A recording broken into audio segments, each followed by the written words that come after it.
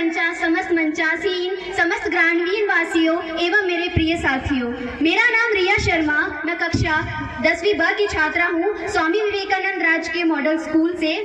आज स्वतंत्र दिवस के इस हार्दिक अवसर पर मैं काव्य पाठ आप सभी के समस्त प्रस्तुत करना चाहूंगी कि वो भी जमाना था जब लाल वर्दी, गोरी चमड़ी और काली नीयत वाले अंग्रेज बड़े गुरूर से कहते थे, sun never sets on the British empire. British Raj में सूरज कभी डूबता नहीं। लेकिन हमारे स्वतंत्रता सेनानी धनुर्धारी अर्जुन और वीर परशुराम के वंशज जिद्दी, जुनूनी, स्वाभिमानी माँ भारती की आजादी का प्रण ले लिया तो ले लिया। जो सूरज ढलता नहीं था उसे नोच कर फेंक दिया और लहरा दिया तिरंगा लाल किले पर। घर घर तिरंगा, हर घर तिरंगा, विजय विश्व तिरंगा, प्यारा झंडा ऊंचा रहे हमारा। और ये झंडा ऊंचा हुआ कैसे ये भी जान लीजिए। हजारों गोलियां चल गई, करोड़ों कोड़े बरस गए। माँ भारती के लाडले कभी लाहौर सेंट्रल जेल में सीढ़ियों पे लटकाए गए तो कभी काला पानी में एक बूंद पानी को तरस गए। ऐसे ही थोड़ी मिल गई थी हमें आजादी कि इन स्वतंत्रता सेनानियों और हमारे वीर फौजियों की हिम्मत, सोच और बलिदान हमारी सोच से भी परे है कि ओ देश मेरे तू जीता रहे, तूने शेर के बच्चे पाले हैं। एक लाल हुआ कुर्बान तो क्या, अभी 100 लाल तेरे रखवाले हैं, अभी 100 लाल तेरे रखवाले हैं।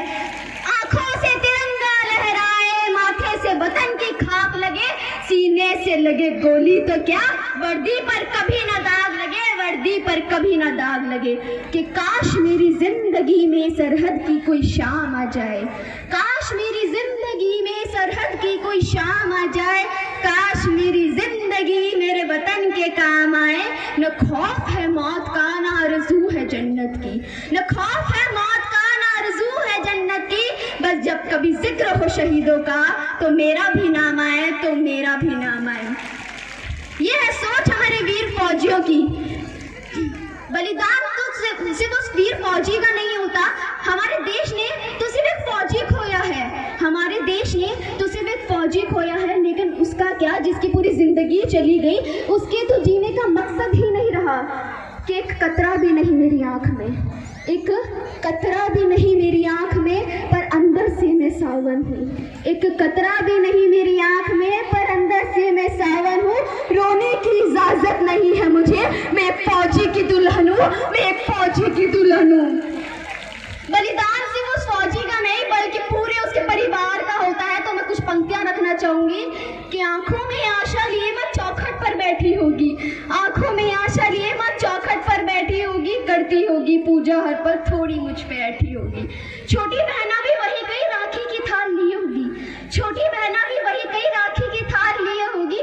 वो गलियारी मेरे घर की जिसमें उम्मीद तो कुछ होगी, पर जब भारी मन से बाबूजी धीरे धीरे घर को जाएंगे, मेरी कुर्बानी के किस्से वो माँ को मेरी सुनाएंगे। तब फक्र से माँ के आंसू भी, तब शान से माँ के आंसू भी किसी कोने में छिप जाएंगे। दिल में दर्द तो होंगे बहुत, पर वो जुबान पर ना आएंगे, पर वो जुबान पर ना आएंगे। तब यही गुजारिश तुमसे है, कोई उनको समझा देना, था बेटा उनका वीर बहुत, बस इतना सा बतला देना, बस इतना सा बतला देना। कि एक पन्नू जीवन का है जो सबसे अनजाना है, एक पन्नू जीवन का है जो सबसे अनजाना है। एक चेहरा बसता था दिल में, तुमने उसको समझाना है। वो बगिया में बैठी आंसू पोंछ रही होगी, वो बगिया में बैठी आंसू पोंछ रही होगी। क्यों ख्वाब दिखाए मैंने वो मुझको कोस रही होगी। आंखों की काजल उसकी आज भी इस दिल में बसती है। क्या कहूँ अब भू दूर बहुत, कुर्बान होने की मस्ती है, कुर्बान होने की मस्ती है कसम मुझे इस झंडे की, ना मैं इसको झुकने दूंगा। ये हवा जो मेरे देश की है, ना मैं इसको रुकने दूंगा, ना मैं उसको रुकने दूंगा। था सपना जो बचपन का माँ, वो आज पूरा हो जाएगा।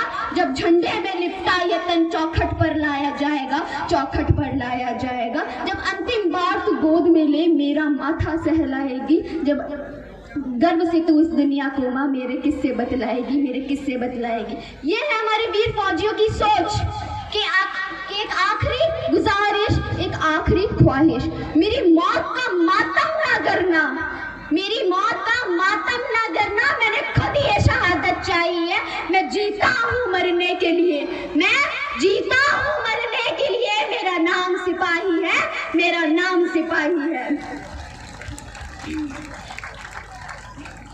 कि उद्देश्य मेरे तेरी शान पे सदके, कोई धन है क्या तेरी धूल से बढ़ के, तेरी धूप से रोशन, तेरी हवा पे जिंदा, तू बाग है मेरा मैं तेरा परिंदा। कि ये अर्ज है दीवाने की, जहाँ भोर सुहानी देखी, एक रोज मेरी शाम हो, जो याद करे जमाना, माटी पे मर मिट जाना, तो जिक्र में शामिल क्यों ना मेरा नाम हो, तो जिक्र में शामिल क्यों ना मेरा नाम हो, मेरा नाम हो। जब भी हम आजादी और स्वतंत्रता सेनानियों की बात करते हैं तो एक ही नाम, एक ही चेहरा हमारे दिमाग में बन जाता है, और वो है सरदार भगत सिंह। तो कुछ पंक्तियां मैं रखना चाहूंगी। 1931 फांसी का हुक्म सुनाया जा चुका है।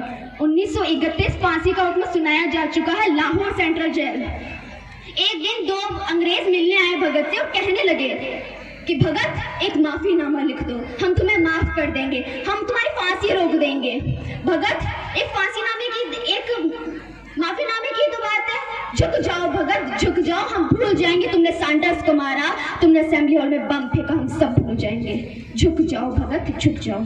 लेकिन हमारे सरदार भगत सिंह, उन्होंने कुछ नहीं कहा, वो बस मुस्कुरा रहे थे, पर बाजी उनकी मुस्कुराहट कह रही थी, पर बाजी उनकी मुस्कुराहट कह रही थी कि तेरी हैवानियत की है तो बस औकात इतनी है, बहा कर बेखून बेगुनाहों का इतराना आता है, कि तू गुरूर है बेखबर, तुझे ये बात कौन समझाए, वो सर झुक ही नहीं सकता जिसे कट जाना आता है, जिसे कट जाना आता है। आखिर में मैं कुछ पंक्तियां हमारे भारत देश के बारे में रखना चाहूंगी कि जीरो दिया मेरे भारत ने तब दुनिया को गिनती आई, जीरो दिया मेरे भारत ने तब दुनिया को गिनती आई, तारों की भाषा भारत ने दुनिया को पहले सिखलाई। देता ना दशमलव भारत, देता ना दशमलव भारत, तो चांद पर जाना मुश्किल था, धरती और चांद की दूरी का अंदाजा लगाना भी मुश्किल था।